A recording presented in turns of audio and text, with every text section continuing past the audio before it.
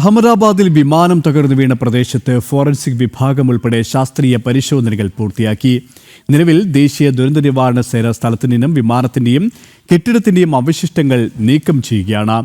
ദുരന്തഭൂമിയിൽ സേവാപ്രവർത്തനവുമായി സ്വയം സേവകരും സജീവമാണ്. അതേസമയം വിജയ് മെഡിക്കൽ കോളേജിന്റെ ഹോസ്റ്റലിൽ നിന്നും ബാഗുകൾ കിട്ടുന്നതിനായി മെഡിക്കൽ വിദ്യാർത്ഥികൾ സംഭവസ്ഥലത്തെത്തി. വിശദാംശങ്ങളുമായി ജിഷ്ണു കൃഷ്ണൻ ചെയ്യുകയാണ്. ജിഷ്ണു, അതിദാരുണമായ സംഭവം, അവിടെ ഏതൊക്കെ തരത്തിലുള്ള പരിശോധനകളാണ് ഇപ്പോൾ നടന്നുകൊണ്ടിരിക്കുന്നത്? പ്രത്യേകിച്ച് ഫോറൻസിക് വിഭാഗം ഉൾപ്പെടെ ശാസ്ത്രീയ പരിശോധനകൾ ഏകദേശം പൂർത്തിയായി കഴിഞ്ഞല്ലോ. രാജ്യത്തെ നടുക്കിയിട്ടുള്ള ഈ വിമാന അപകടത്തിൽ ഇന്നലെ ഉച്ചയോടുകൂടിയാണ്, അതായത് 1:38 ശേഷമാണ് ഫ്ലൈറ്റ് ടേക്ക് ഓഫ് ചെയ്തത്. അതിന് മിനിറ്റുകൾക്ക് ശേഷം വിമാനം തകർന്നു വീഴുന്ന സാഹചര്യമുണ്ടായിരുന്നു. ഈ പ്രദേശത്ത് ഇപ്പോൾ ഫോറൻസിക് വിഭാഗം ഉൾപ്പെടെ പരിശോധനകൾ പൂർത്തിയാക്കിയിട്ടുണ്ട്. ഇന്ന് പുലർച്ചയോടുകൂടിയാണ് ഫോറൻസിക് വിഭാഗത്തിൻ്റെ ശാസ്ത്രീയ പരിശോധന ആരംഭിച്ചിട്ടുള്ളത്. ഫോറൻസിക് വിഭാഗം കൂടാതെ NSC, ദേശീയ അന്വേഷണ ഏജൻസി തുടങ്ങിയവയെല്ലാം തന്നെ ശാസ്ത്രീയ പരിശോധനകൾ പൂർത്തിയാക്കി മടങ്ങിയിട്ടുണ്ട്. നിലവിൽ ദേശീയ ദുരന്ത നിവാരണ സേന ഈ പ്രദേശത്ത് വിമാനത്തിൻ്റെയും ഒപ്പം കെട്ടിടങ്ങളുടെയും അവശിഷ്ടങ്ങൾ മാറ്റുകയും അതിൽ അവസാനഘട്ട പരിശോധനകൾ നടത്തിയ അവശിഷ്ടങ്ങൾ മാറ്റുകയാണ്. ഇപ്പോൾ ദൃശ്യങ്ങളിൽ കാണുന്നത് ഈ വിമാനം തകർന്നു വീണിട്ടുള്ള ഹോസ്റ്റലിലെ മെഡിക്കൽ വിദ്യാർത്ഥികൾ, ഈ കെട്ടിടം ഈ BJ മെഡിക്കൽ കോളേജിൻ്റെ ഹോസ്റ്റലായി പ്രവർത്തിക്കുകയാണ്. അതിൻ്റെ ഭക്ഷണശാലയും ഹോസ്റ്റലുമാണ്. ആ കെട്ടിടത്തിലേക്കാണ് വിമാനം തകർന്നു വീണിട്ടുള്ളത്. ഈ പരിശോധനകൾ ഉൾപ്പെടെ പൂർത്തിയാകുകയും പ്രധാനമന്ത്രി ഉൾപ്പെടെ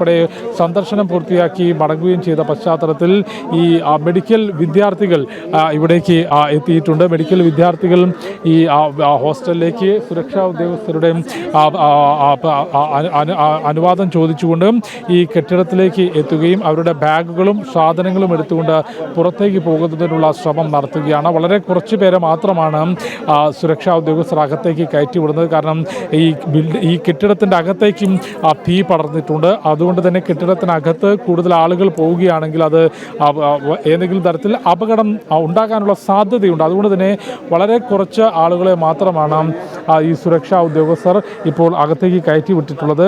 വളരെ കുറച്ച് വിദ്യാർത്ഥികൾ പോയി ഈ ബാഗുകളും സാധനങ്ങളും എടുത്തു വരുന്നു. ഒപ്പം നേരത്തെ ഞാൻ സൂചിപ്പിച്ചതുപോലെ ഫോറൻസിക് വിഭാഗവും NSGയും ATSും ഉൾപ്പെടെ വിവിധ ഏജൻസികൾ അവരുടെ ശാസ്ത്രീയ പരിശോധനകൾ പൂർത്തിയാക്കി. നമുക്ക് ദൃശ്യങ്ങളിൽ കാണാൻ സാധിക്കും വിവിധ കേന്ദ്ര ഏജൻസികൾ പരിശോധന നടത്തുന്നു. ഒപ്പം വിവിധ സന്നദ്ധ സംഘടനകളും പ്രത്യേകിച്ച് സ്വയം സേവകരടക്കം ദുരന്ത ഭൂമിയിൽ സജീവമാണല്ലേ?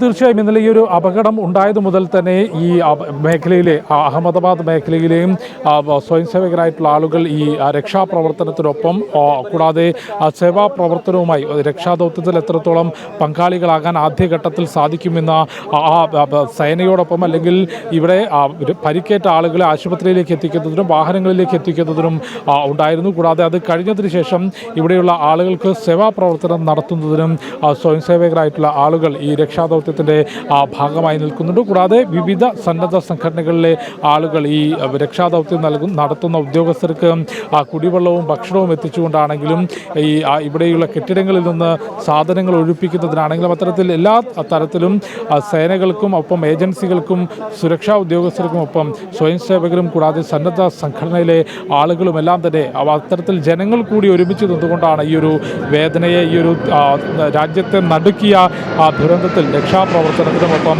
മറ്റ് സേവാ പ്രവർത്തനങ്ങൾക്കുമായി ഒരുമിച്ച് നിന്നിട്ടുള്ളത്. ഏതായാലും നിലവിൽ ഉന്നത ഉദ്യോഗസ്ഥർ നൽകുന്ന വിവരങ്ങൾ അനുസരിച്ച് ഈ പ്രദേശത്ത് നിന്ന് ശരീര ഭാഗങ്ങൾ കണ്ടെടുക്കുന്നതിന് നടത്തിയിട്ടുള്ള പ്രത്യേക പരിശോധനകൾ അവസാനിപ്പിച്ചിട്ടുണ്ട്. പരമാവധി മൃതദേഹങ്ങൾ കണ്ടെടുത്തു എന്ന് തന്നെയാണ് നിഗമനം. 290-ലധികം മരണം റിപ്പോർട്ട് ചെയ്തിട്ടുണ്ട്. ശാസ്ത്രീയ പരിശോധന ഈ അപകടത്തിൻ്റെ കാരണങ്ങൾ മനസ്സിലാക്കുന്നതിനും ഒപ്പം ഈ അപകടവുമായി ബന്ധപ്പെട്ട് ATSും കൂടാതെ NSGയും ഫോറൻസിക് വിഭാഗവും ഉൾപ്പെടെയുള്ളവർ വിശദമായിട്ടുള്ള പരിശോധന ഏകദേശം 5 മണിക്കൂർ നീണ്ടുന്ന പരിശോധനയാണ് ഫോറൻസിക് വിഭാഗം മാത്രം ഈ സംഭവ സ്ഥലത്ത് നടത്തിയിട്ടുള്ള. അത്തരത്തിൽ വിശദമായ പരിശോധനകൾ പൂർത്തിയായി. സംഭവ സ്ഥലത്ത് നിന്ന് ഈ വിമാനത്തിൻ്റെയും കെട്ടിടത്തിൻ്റെയും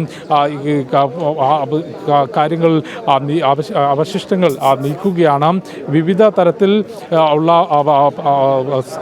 കാര്യങ്ങളാണ് ഈ ഒരു അപകടം നടന്ന സ്ഥലത്ത്, അതായത് ആദ്യ മണിക്കൂറുകളിൽ അപകടത്തിൽപ്പെട്ടവരെ ജീവനോടെയുള്ളവരെ പരിക്ക് ഏറ്റവരെ രക്ഷപ്പെടുത്തുന്നതിനും അവരെ ഈ ആശുപത്രികളിലേക്ക് എത്തിക്കുന്നതിനുമാണ് ആദ്യഘട്ടത്തിൽ ശ്രമം നടന്നത്. അതിനുശേഷം നടന്നിട്ടുള്ളത് ഈയൊരു കെട്ടിടത്തിൻ്റെ അവശിഷ്ടങ്ങൾക്കിടയിൽ ഏതെങ്കിലും ശരീരഭാഗങ്ങൾ കുടുങ്ങിക്കിടക്കുന്നുണ്ടോ എന്നത് സംബന്ധിച്ചുള്ള വിശദമായ പരിശോധന നടന്നു. ഇന്ന് പുലർച്ചെ മുതൽ ഉച്ചവരെയുള്ള സമയങ്ങളിൽ ഈ ATSൻ്റെയും ഒപ്പം ഫോറൻസിക് വിഭാഗത്തിൻ്റെയും കൂടാതെ ഈ വിശദമായിട്ടുള്ള ശാസ്ത്രീയ പരിശോധനകളുമാണ് മേഖലയിൽ നടന്നിട്ടുള്ളത്. അതിനുശേഷം ഇപ്പോൾ അത്തരം പരിശോധനകളെല്ലാം തന്നെ പൂർത്തിയാക്കിയതിനു ശേഷം ദേശീയ ദുരന്ത നിവാരണ സേന പ്രദേശത്ത് നിന്ന് വിമാനത്തിൻ്റെയും ഒപ്പം ഈ കെട്ടിടത്തിൻ്റെ അവശിഷ്ട ഭാഗങ്ങൾ അപകടം പറ്റി അപകടസ്ഥിതിയിലുള്ള കെട്ടിടത്തിൻ്റെ അവശിഷ്ട ഭാഗങ്ങളുമെല്ലാം നീക്കുകയാണ്. അത്തരത്തിൽ ആ ഒരു പ്രവർത്തനം കൂടി പൂർത്തിയായാൽ ഈ മേഖലയിൽ നിലവിൽ നടത്തിവരുന്ന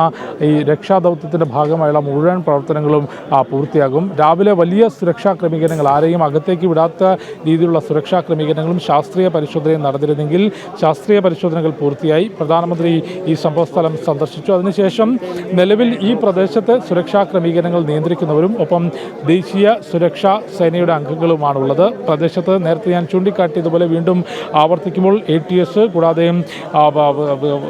ദേശീയ അന്വേഷണ ഏജൻസി, ഫോറൻസിക് വിഭാഗം, NSG തുടങ്ങി വിവിധ ഏജൻസികൾ സംഭവസ്ഥലം പരിശോധിച്ചിട്ടുണ്ട്. അപകടവുമായി ബന്ധപ്പെട്ട് രണ്ട് കാര്യക്ഷമമായ അന്വേഷണമാണ് ഈ മേഖലയിൽ നടന്നിട്ടുള്ളത്. അതൊന്നിൽ വ്യോമയാന മന്ത്രാലയം നിയോഗിച്ചിട്ടുള്ള വിദഗ്ധ സമിതി കൃത്യമായിട്ടുള്ള അന്വേഷണം നടത്തുന്നുണ്ട്.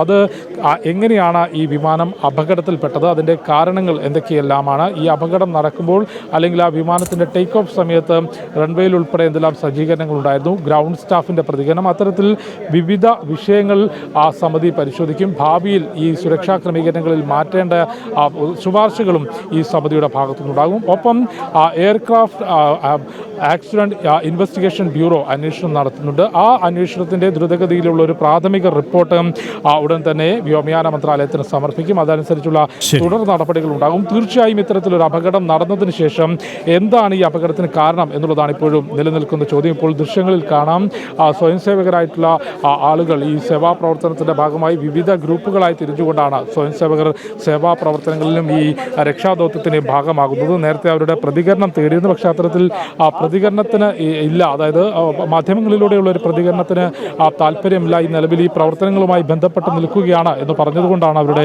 പ്രതികരണം തേടാത്തത്. വിവിധ സന്നദ്ധ സംഘടനകൾ ഇത്തരത്തിൽ ഈ റെസ്ക്യൂ ഓപ്പറേഷൻ്റെയും ഒപ്പം സേവാ പ്രവർത്തനങ്ങളുടെയും ഭാഗമായി പരിക്കേറ്റവർക്ക് സഹായം ലഭ്യമാക്കുന്നതിനും ഒപ്പം ആശുപത്രികളിലേക്ക് എത്തുന്നവർക്കും അവരുടെ ബന്ധുക്കൾക്കും സഹായം ഉറപ്പാക്കുന്നതിനുമെല്ലാം വിവിധ തരത്തിലുള്ള സേവാ പ്രവർത്തനങ്ങളും ഈ രക്ഷാദൗത്യത്തോടൊപ്പം തന്നെ പുരോഗമിക്കുകയാണ്. നിലവിൽ ഈ അപകട സ്ഥലത്ത് വലിയ രീതിയിലുള്ള തിരക്ക് ഒഴിഞ്ഞിട്ടുണ്ട്. നിലവിൽ ഇപ്പോഴുള്ള ഈ തിരക്ക് ഞാൻ നേരത്തെ സൂചിപ്പിച്ചതുപോലെ ഈ കെട്ടിടത്തിലേക്ക്, ഈ ഹോസ്റ്റൽ കെട്ടിടത്തിലേക്ക് അവരുടെ ബാഗുകളും മറ്റ് സാധനങ്ങളും എടുക്കുന്നതിനായി എത്തിയിട്ടുള്ള മെഡിക്കൽ വിദ്യാർത്ഥികളാണ്. മറ്റാളുകളും സുരക്ഷാ ഉദ്യോഗസ്ഥരും എല്ലാം തന്നെ ഇവിടെ നിന്ന് കുറഞ്ഞിട്ടുണ്ട്. ഒപ്പം സിവിൽ ആശുപത്രിയിലാണ് ഇപ്പോൾ ഏറ്റവും കൂടുതൽ ആളുകൾ പരിക്കേറ്റ് ചികിത്സയിലുള്ള ഈ അപകടത്തിൽ മരിച്ചവരുടെ മൃതദേഹങ്ങൾ സൂക്ഷിച്ചിട്ടുള്ള സിവിൽ ആശുപത്രിയിൽ വലിയ തിരക്ക് അനുഭവപ്പെടുന്നുണ്ട്. അവിടെ സുരക്ഷാ ഉദ്യോഗസ്ഥരുണ്ട്, കൂടാതെ മരിച്ചവരുടെ ബന്ധുക്കൾ എത്തുന്നുണ്ട്, പരിക്കേറ്റവരുടെ ബന്ധുക്കൾ എത്തുന്നുണ്ട്. മൃതദേഹങ്ങൾ തിരിച്ചറിയുകയും തുടർന്ന് പോസ്റ്റ്മോർട്ടം ഉൾപ്പെടെയുള്ള നടപടികൾ പൂർത്തിയാക്കിയാണ് ബന്ധുക്കൾക്ക് വിട്ടു നൽകുന്നത്. KP